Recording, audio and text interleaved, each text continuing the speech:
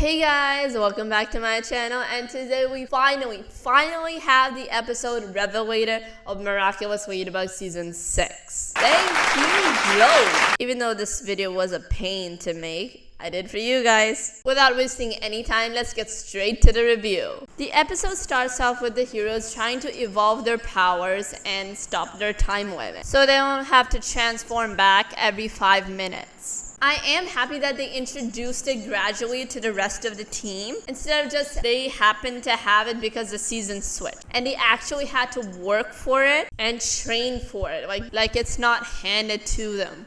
At least the plot is now being somewhat consistent, which means that this episode occurs before Illustrator. I don't care what Asterisk says, the timeline is important and it does matter. Bombastic side-eye. Criminal offensive side-eye. This is also before Daddy Cup because this is where they get their name Miraculous. Alya's journalism aspect is being brought back for this season and I'm so here for it. Like, she can finally put her skills to use. That, and there's an increasing emphasis on how Alya hates lies and hiding the truth. I mean, I guess that's true. Girl, what were you expecting? A lie detector, my foot. You couldn't even figure out that your best friend was telling the truth over some random stranger. They're all over for a beach date and people are actually offering their condolences to Adrian about how he lost his dad. Like I'm happy to see that because it felt like it was just brushed over and people really didn't care. But like, I'm glad to see other characters actually offering him their condolences. And I like how the background characters are being fleshed out more. It also means it hasn't been that long since the London special, probably a couple of weeks, so the 100 kiss really doesn't make sense. And did I forget to mention Chat Noir now knows everyone's identities except for Ladybug's? Like, it's about time. Some people would just believe anything on the internet because someone randomly vandalized the bakery. I feel bad for her parents. Not only that, but I really don't understand why Marinette seems so naive in this episode because it really doesn't make sense considering everything she's been through, especially when her best friend is a journalist and telling her not to trust this guy, this Vincent secret guy. And lo and behold, he does trick them into an interview and posts a video out of context, making it seem like Marinette hates Adrian and is just using him. I mean, to be fair, Alya didn't really believe Marinette when she really needed her with Alya, so I guess that makes sense. But still, I find this Vincent character really annoying, but he really shows the real life situations in today's world. People will randomly take interviews of you and put them out of context to make their content look good and ruin your life. It's the sad reality of today's world. And oh my god, can we just talk about Chloe? She is now a fashion model, something that Adrian used to be. To be fair, she was a fashion icon, and I'm actually genuinely surprised anything good is happening to her considering how much Astrak hates her. Alya is actually smart for once and showing off her tech and journalist skills. She knows he's not an actual journalist and just an influencer, which is actually really sad. Like, if you don't have anything good to say, don't say anything at all. It's actually really funny when they go to meet this Vincent guy. Tom is like, oh hell no. Bombastic side-eye. Criminal offensive side-eye. He really doesn't care that these kids are being threatened. But yeah, that's just a parallel to real life. Finally, Alya comes to help. She disguises herself as a somewhat fan of Vincent and totally gets him to confess everything. Although I really hate the hypocrisy of Alya. She's like, journalists fact check and double check their sources. Where were those skills with Lila? Why didn't you fact check then?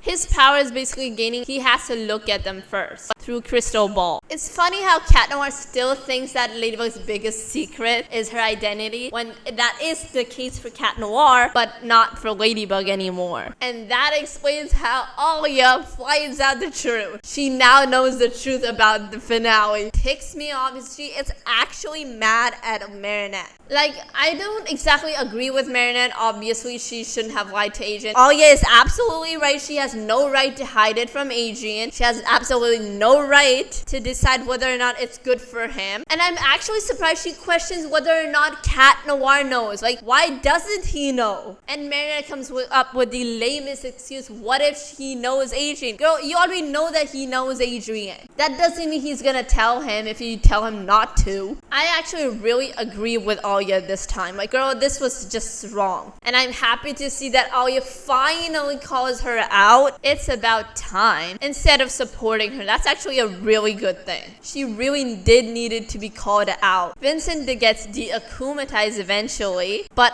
Alya still remembers her secret, and guess what? She doesn't want to remember it. This is where Cat Noir's new power comes in. Creation can only recreate and heal, but it cannot destroy a memory that should not have been remembered, or a secret that should not have been told. Cat Noir's powers evolve. Like, I am so here for it. Like, yes, finally. It turns out he can actually destroy thoughts and memories as well. And is it just me, or did that destructive energy in a soundtrack sound really cool? Miraculous Cat Noir. That sounds so epic. And it looked absolutely amazing. I, for one, am glad that Alya does not remember. She found out, but in the end, she didn't get to keep that memory, which is fair. I really want Cat Noir to find out first. We get a smidge of Lila again, but again, she's just writing in her notebook. What interests me is she so definitely knows the truth about Gabriel and everything, and she knows how much Ladybug has lied to everyone, and that's gonna come crumbling down on her. My final thoughts on this episode: it was good. I really liked the conflict between Rena Rouge and Ladybug, and how